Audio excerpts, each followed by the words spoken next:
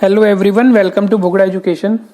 आज की इस वीडियो में हम लोग डिस्कस करेंगे 10th मैथमेटिक्स में 20 MCQ questions chapter 3 pair of linear equations in two variables. इससे पहले की वीडियोस में चैप्टर 1 और 2 के 20 MCQ क्वेश्चन हम लोगों ने डिस्कस किए, जिसका लिंक हम आप लोगों के लिए डिस्क्रिप्शन बॉक्स में अवेलेबल करा देंगे, आप देख सकते हैं। तो स्टार्ट करते हैं। Question number 1, the value of k for which the pair of equations, ये हमें इक्वेशन गिवन है, will have infinitely many solutions. हमें ये बताना है कि k की वैल्यू क्या होगी जिससे इनके इनफाइनाइट मैनी सॉल्यूशन हो। तो देखिए, इसको करने के लिए क्या होगा, हमें पता है इनफाइनाइट मैनी सॉल्यूशंस के लिए a1/a2 equals to b1/b2 equals to c1/c2 होना चाहिए। इक्वेशन से यही वैल्यू हम लोग पुट करते हैं, तो देखिए ये बन जाएगा k, क्योंकि यहाँ पे a1 k है upon 6 equals to -1 upon -2 equals to, आप इसे लेफ्ट हैंड साइड में लाएंगे तो -4 अपॉन -8। तो यहाँ पे देखिए ये तो 1/2 हो गया, तो हमें इन दोनों इक्वेशन के थ्रू k/6 इक्वल्स टू 1/2 करना है। 2 से ये 3 कैंसिल आउट हुआ, सो k इज इक्वल टू 3। अगर हम k की वैल्यू 3 पुट करते हैं तो इस इक्वेशन के इनफाइनाइट मैनी सॉल्यूशन होंगे, और जो 3 है वो यहाँ पे ऑप्शन बी है। Question number 2, the pair of linear equations x - 2y equals to 5 and 2x - 4y equals to 10 have. हमें ये बताना है इन दोनों इक्वेशंस में क्या होगा, इनफाइनाइट मैनी सॉल्यूशंस होंगे, नो सॉल्यूशंस होंगे, 1 सॉल्यूशन और 2 सॉल्यूशन। तो इसके लिए भी हमें बिल्कुल सेम मेथड अप्लाई करना होगा। हमें इसमें a1/a2 b1/b2 इसके रेशियो फाइंड आउट करने होंगे, तो हम डायरेक्ट ही करते हैं। देखिए a1/a2 हो गया 1/2, दूसरा है यहाँ पे b1/b2 -2 अपॉन -4 एंड -5 अपॉन -10, क्योंकि इसे लेफ्ट हैंड साइड में हम लोग लेते हैं। अब देखिए ये तो कैंसिल आउट होके 1/2, b1/b2 भी 1/2, तो यहाँ पे a1/a2 equals to b1/b2 equals to c1/c2 है। तो ये हमारे पास होगा इनफाइनाइट मैनी सॉल्यूशंस। तो option A is the right answer. Question number 3, the value of k for which the pair of linear equations, हमें इक्वेशन गिवन है, represents parallel line. देखिए इसमें भी हमें पैरेलल लाइन के लिए जो रेशियो होना चाहिए वो a1/a2 equals to b1/b2 but not equals to c1/c2 होना चाहिए। तो यही वैल्यू हम लोग इसमें पुट करेंगे।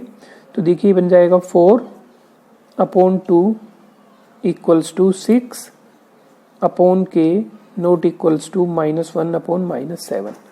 तो यहाँ से हम लोग k की वैल्यू फाइंड आउट कर सकते हैं। ये कैंसिल आउट होके 2, तो 2k इक्वल्स टू 6 और k इक्वल्स टू 3। तो अगर हम k की वैल्यू 3 पुट करते हैं तो इस इक्वेशन में जो ग्राफ बनेगा उसमें पैरेलल लाइन होंगी। तो k इक्वल्स टू 3 जो है इसमें option A.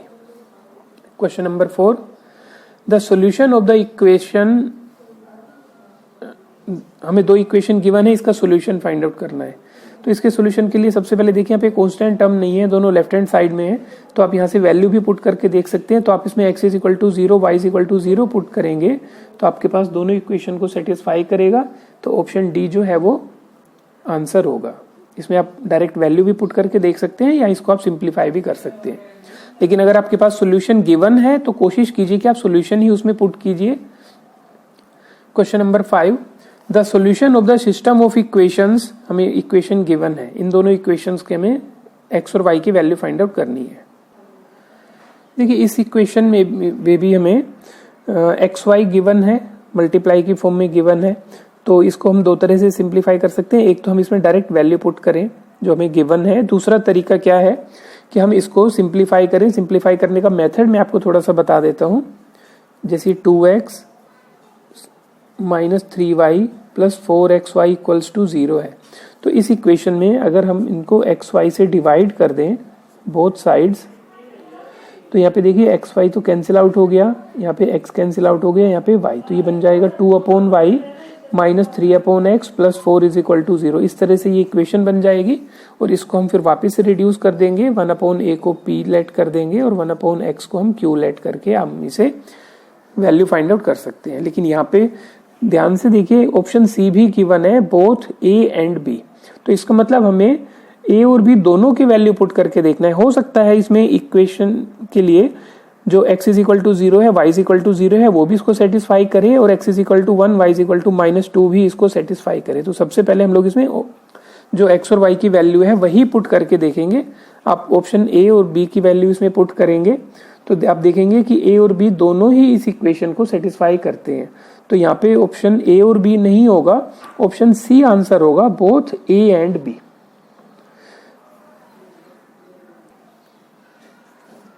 Question number 6, value of x and y when equation is solved. जब इन दोनों इक्वेशन को हम लोग सोल्व करते हैं तो x और y की क्या वैल्यू होगी। तो यहाँ पे देखिए ऑप्शन हमारे पास है, हम ऑप्शन उसमें पुट करेंगे। तो देखिए 2 1 -2 -1 2 -1, तो इसमें हम 2 और 1 वगैरह पुट करके देख लेंगे जो ऑप्शन होगा, या फिर इस इक्वेशन को कैसे सोल्व करेंगे उसका भी हम आपको मेथड बता देते हैं। देखिए यहाँ पे आप देख पा रहे होंगे कि जो भी यहाँ पे x का कोफिशिएंट है फर्स्ट इक्वेशन में, वही कोफिशिएंट जो है वो सेकंड इक्वेशन में y का कोफिशिएंट है।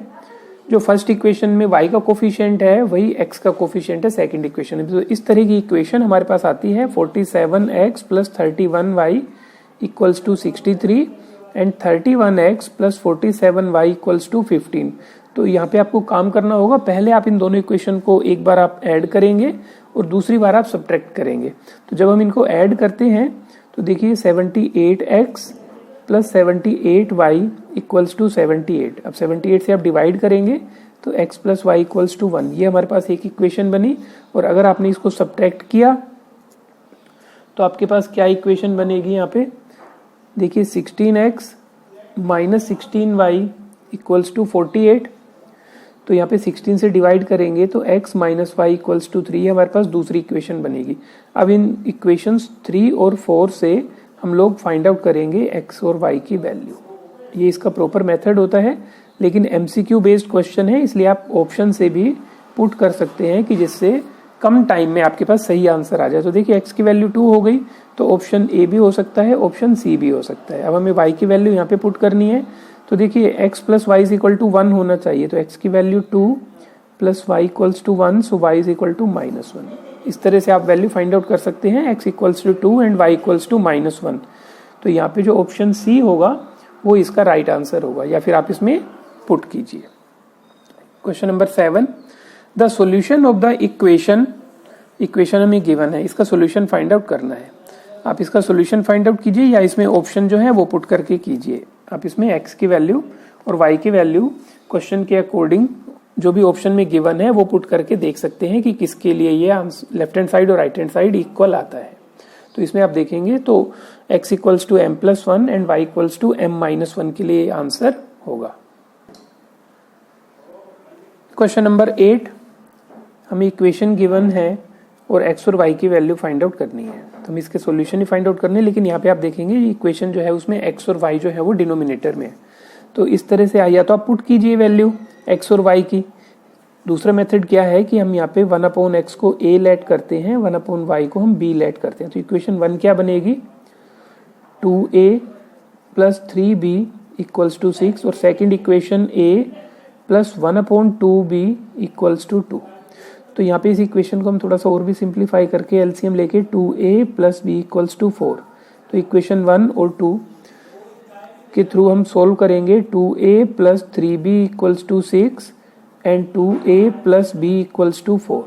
सब्ट्रैक्ट करेंगे इक्वेशंस को, तो यहाँ पे 2b = 2, तो b = बन गया 1। तो यहाँ पे देखिए b जो हमने लेट किया है वो 1/y को किया है, तो 1/y = b की जगह हम 1 लिख देंगे, तो y की वैल्यू 1। तो हमें ये तो पता लग गया कि y की वैल्यू 1 होगा।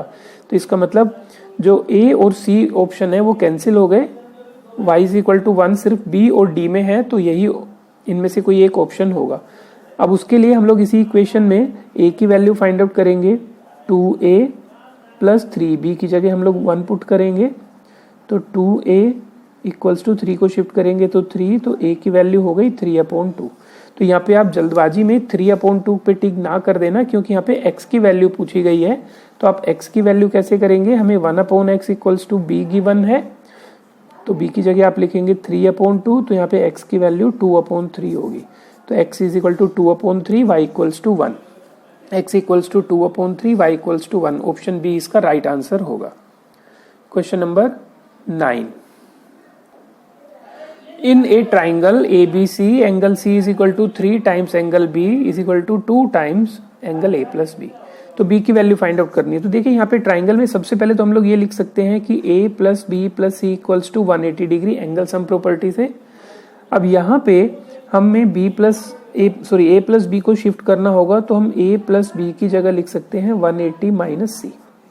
अब यहाँ पे हम लिखते हैं कि C इज इक्वल टू, हम C को 2 टाइम्स a प्लस बी के साथ कंपेयर करते हैं, तो c is equal to 2, a plus B की जगह हम लोग पुट करते हैं 180 माइनस सी।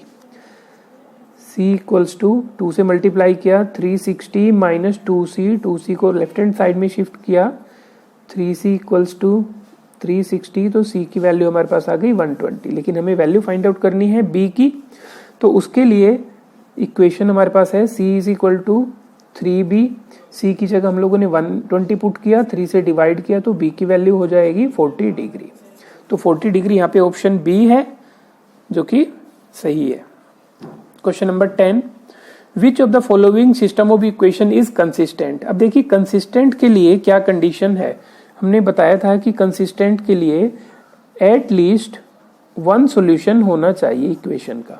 तो 1 सॉल्यूशन हमारे पास यूनिक का बनता है, और यहाँ पे एटलीस्ट है तो इसके इनफाइनाइटली मैनी सॉल्यूशंस भी हो सकते हैं। तो 2 ही कंडीशन में जो इक्वेशन के पेयर है वो कंसिस्टेंट होंगे कि उनका सॉल्यूशन होना चाहिए। तो हमें इसमें चेक करना पड़ेगा कि कौन से इसमें यूनिक सॉल्यूशन वाले हैं और कौन से उसमें इनफाइनाइट मैनी सॉल्यूशंस के हैं। तो उसके लिए क्या ट्रिक है, a1/a2 equals to b1/b2 equals to c1/c2। तो यहाँ पे भी हम लोग यही मेथड अप्लाई करेंगे। तो जब हम इसे करेंगे, फाइंड आउट करेंगे, तो इसे ओरली भी कर सकते हैं। देखिए यहाँ पे आपने 3/6 किया 1/2, इसको आपने सिंप्लीफाई किया 1/2, इसको किया 1/5, ये तो इक्वल नहीं है, पैरेलल लाइन होंगी। बी पार्ट में 4/12 मतलब 1/3, 6/12 1/3, -7/-24 उसके इक्वल नहीं है, तो ये भी पैरेलल लाइन होंगी।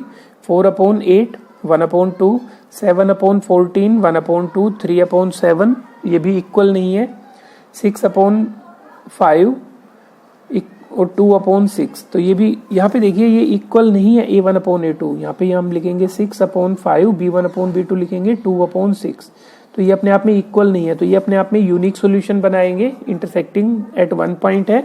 तो ऑप्शन डी जो होगा वो इसमें राइट आंसर होगा। इसको आप ओरली भी काफी इजीली कर सकते हैं। Question number 11, if a pair of linear equation is consistent then the lines will be. अब यहाँ पे देखिए जैसे हमने क्वेश्चन नंबर 10 में बताया कि कंसिस्टेंट के लिए एटलीस्ट 1 सॉल्यूशन होना चाहिए। तो यहाँ पे देखिए हमें ये बताना है कि 2 लाइंस हैं वो कंसिस्टेंट कब होंगी। ऑलवेज कोइंसिडेंट, अब देखो हमेशा कोइंसिडेंट होंगी मतलब ओवरलैप करें एक दूसरे को, इनफाइनाइट मैनी सॉल्यूशंस हो हमेशा, लेकिन ऑलवेज की वजह से दिक्कत आती है। पैरेलल कंसिस्टेंट नहीं होंगी। ऑलवेज इंटरसेक्टिंग, हमेशा इंटरसेक्ट करें मतलब यूनिक सॉल्यूशन हो, या फिर इंटरसेक्टिंग। तो यहाँ पे हम इंटरसेक्टिंग जो ऑप्शन डी है इसको सही मानेंगे, क्योंकि यहाँ पे ऑलवेज कोइंसिडेंट ऑलवेज इंटरसेक्टिंग से दिक्कत आती है, क्योंकि ऑलवेज यहाँ पे नहीं होना चाहिए। तो इंटरसेक्टिंग अगर होगा तो वो कंसिस्टेंट लाइंस होंगी। तो यहाँ पे ऑप्शन डी जो है उसके हम राइट मानेंगे। इस क्वेश्चन में देखिए the pair of equation x equals to -4 and y equals to -5 graphically represent lines which are. तो इसमें हम एक रफली डायग्राम बनाते हैं कार्टेशियन सिस्टम में। x इक्वल्स टू -4, ये x इक्वल्स टू -4 ये वाली लाइन बनेगी, तो ये -4 एंड y इक्वल्स टू -5, ये y इक्वल्स टू -5। तो ये कहाँ पे इंटरसेक्ट करती हैं, देखिए यहाँ पे इस पॉइंट पे इंटरसेक्ट करेंगी। यहाँ तक पहुंचने के लिए हमें -4 चलना होगा और -5 चलना होगा। तो इंटरसेक्टिंग पॉइंट होगा -4 एंड -5। तो इसमें जो होगा वो option B -4 and -5। Question number 13 में the graph of x equals to -2 is a line.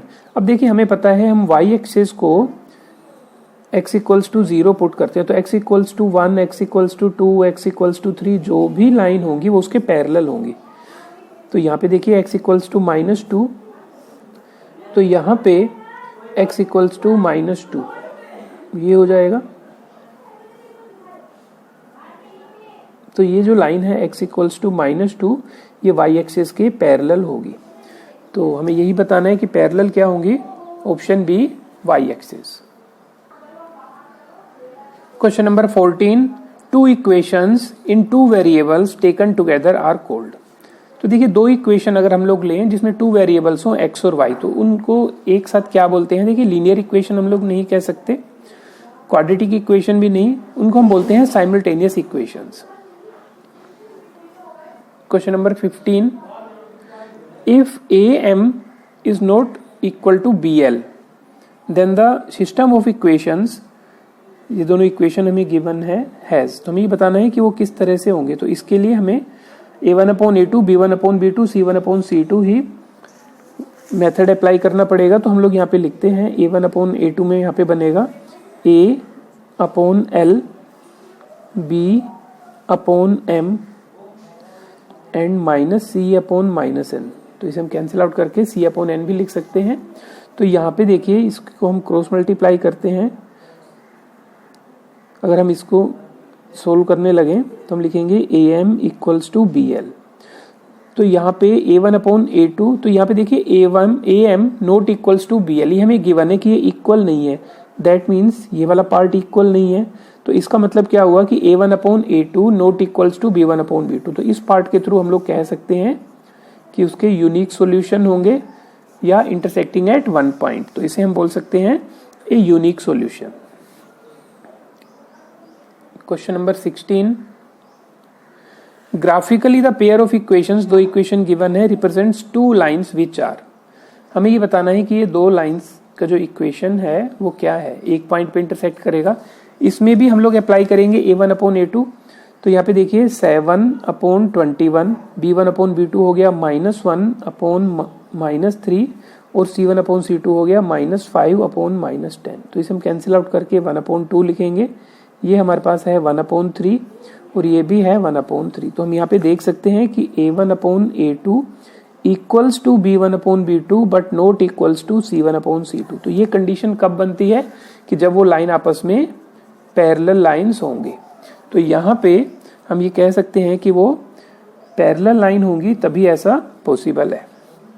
Question number 17, the sum of the digits of a 2 digit number is 9। If 27 is added to it, the digit of the number get reversed, the number is। तो यहाँ पे देखिए 2 digit का एक number हम लोगों ने लिया, जो डिजिट का सम है वो 9 है। तो सबसे पहले हम लोग ये चेक करेंगे, इनका सम 2 और 7 9 है, 7 और 2 भी 9, 4 और 5 भी 9, 3 और 6 भी 9। तो इनमें से कोई भी ऑप्शन हम लोग डिलीट नहीं कर सकते। फिर हम लोगों ने ये बताना है कि ऐसा कौन सा नंबर है जिसमें 27 ऐड किया जाए तो वो नंबर रिवर्स हो जाएगा। तो इसके लिए हम लोग क्या करते हैं, इसके लिए आप सिंपल से जो भी नंबर्स हैं उनको आप चेक करेंगे। जैसे 27 है, 27 है में हमने 27 ऐड किया तो ये बन जाएगा हमारे पास 54। तो इसका रिवर्स नहीं बना वो। 72 है, इसमें हम 27 ऐड करेंगे तो ये बन गया 99, जो इसका रिवर्स नहीं है। 45 में हमने 27 ऐड किया, ये बन जाएगा 72, 45 का रिवर्स नहीं है।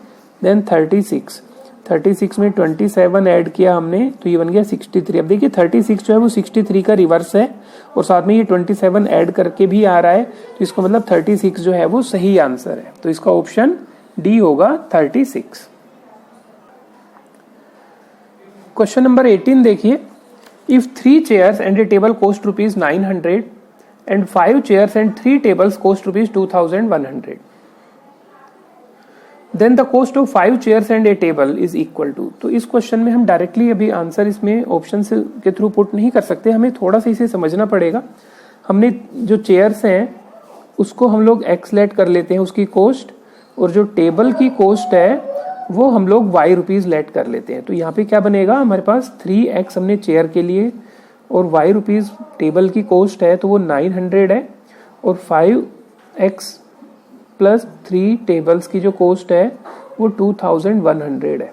तो इसको सिंप्लीफाई करने के लिए हम लोग इसे 3 से मल्टीप्लाई कर देंगे, जो 3y इक्वल हो जाएगा। तो ये हमारे पास बन जाएगी equation 9x plus 3y equals to 2700 and 5x plus 3y equals to 2100। Simplify करते हैं साइन को सब्ट्रैक्ट करके, 4x इक्वल्स टू 600, तो x की वैल्यू 150। तो हमें पता लग गया जो चेयर की कॉस्ट है वो 150 है। तो अब यहाँ पे देखिए हमने 3 चेयर ली तो 450 रुपीज़, तो इसमें इक्वेशन हमने पुट किया तो 450 प्लस y इक्वल्स टू 900, तो y इज इक्वल टू कितना हो गया 900 माइनस 450, y इक्वल्स टू 450। तो एक जो टेबल की कॉस्ट है वो भी 450 आ गई। तो अब हमें यहाँ पे पुट करना है कि अब हमें 5 चेयर चाहिए और 3 टेबल चाहिए। 5 चेयर्स एंड ए टेबल। तो 5 चेयर्स के लिए हमने 5 मल्टीप्लाई 150 रुपीज़ और टेबल के लिए 450 रुपीज़। तो ये हमारे पास होगा 750 plus 450 which is equal to 1200। तो हमें 1200 रुपीज़ जो है वो इसमें इसकी कॉस्ट बनेगी 5 chairs and a table. Question number 19, Atul has ₹1 and ₹2 coins with him. उसके पास 1 रुपए और 2 रुपए वाले कॉइन्स हैं। If the total number of coins that he has ₹50, total मिला के उसके पास 50 कॉइन्स हैं, and the amount of money with him is ₹75, और उसके पास जितना अमाउंट है वो 75 है। Then the number of ₹1 and ₹2 coins are. तो हमें ये बताना है 1 रुपए वाले और 2 रुपए वाले कितने कॉइन्स हैं। तो इस तरह के क्वेश्चंस को आप प्रॉपर मेथड से ना करें, जो ऑप्शन है उसी से हम चेक करेंगे। तो सबसे पहले हम लोग ये चेक करेंगे कि ₹1 और ₹2 वाले जो कॉइन्स हैं वो 50 किस में है। तो इसमें 35 और 15 ये 50 बनता है, 15 एंड 35 ये भी 50 है, 35 एंड 20 ये 50 नहीं है। तो जो ऑप्शन सी है उसे तो हम वैसे ही कैंसिल कर देंगे। 25 एंड 25 ये भी हमारे पास बन सकता है 50। तो इसमें से हमारे पास ऑप्शन ए, बी और डी ही बचे। अब हम देखते हैं कि इनमें से किसका टोटल 75 बनता है। यहाँ पे 35 रुपीज़ के 1-1 रुपए वाले कॉइन है और ये 2 रुपए वाले हैं, तो 15 2 जा 30, हम इसमें ऐड करेंगे तो 65, लेकिन 75 टोटल होना चाहिए। तो ऑप्शन ए जो है वो भी कैंसिल हो गया। यहाँ पे 1 रुपए वाले 50 कॉइन्स हैं और 2 रुपए वाले 35, तो 35 2 जा 70, तो इनका सम किया तो 85 हो गया।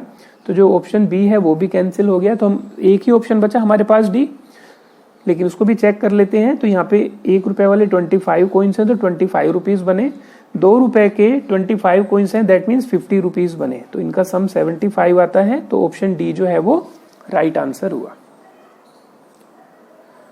Question number 20, a father is 3 times as old as his son. एक जो फादर है वो अपने बेटे से 3 times एज वाला है।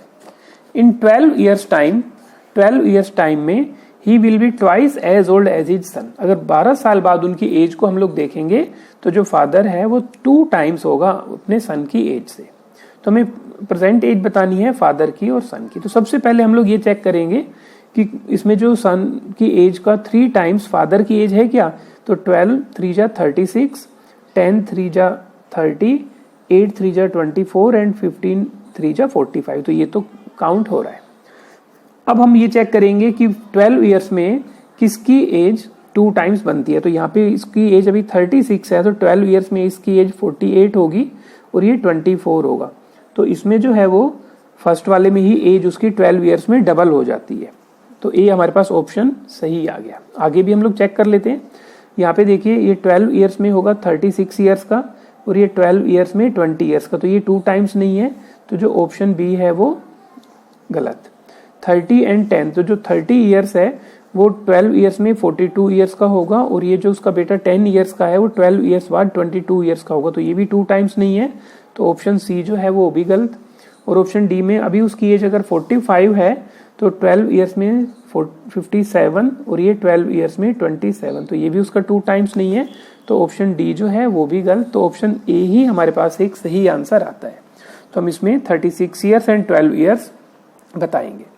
तो इस तरह से हम लोगों ने ये क्वेश्चंस अटेम्प्ट करने हैं। मैंने पूरे डिटेल में आप लोगों को एक्सप्लेन किए क्वेश्चंस, लेकिन आपको प्रैक्टिस करके जल्दी से जल्दी आंसर सही फाइंड आउट करना है। इतनी प्रैक्टिस आप लोगों ने करनी है।